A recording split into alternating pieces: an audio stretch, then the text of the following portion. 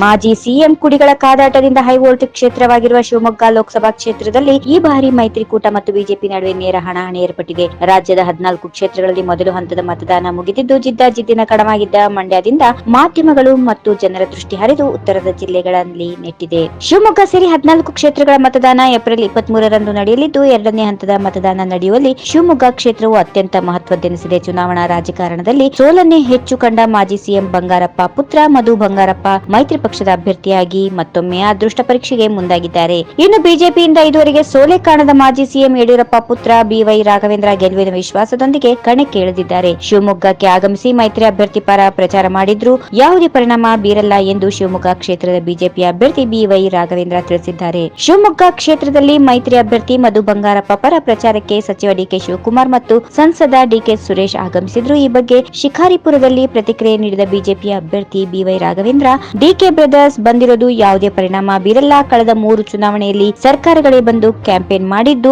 ನನ್ನ ವಿರುದ್ಧ ಸರ್ಕಾರಗಳೇ ಕ್ಯಾಂಪೇನ್ ಮಾಡಿದ್ರು, ನಾನೇ ಗೆದ್ದೆ. ಹೀಗಾಗಿ ಅವರ ಪ್ರಚಾರ ಪ್ರಭಾವ ಬೀರಲ್ಲ ಎಂದರು. ಇಲ್ಲಿನ ಜನ ಹೆಂಡ ಹಣಕ್ಕೆ ಮಾರು ಹೋಗಲ್ಲ. ಕೊನೆಯ 3 ದಿನಗಳಲ್ಲಿ ಮೈತ್ರಿ ಸರ್ಕಾರದ ಆಟ ನಡೆಯಲ್ಲ ಎಂದರು.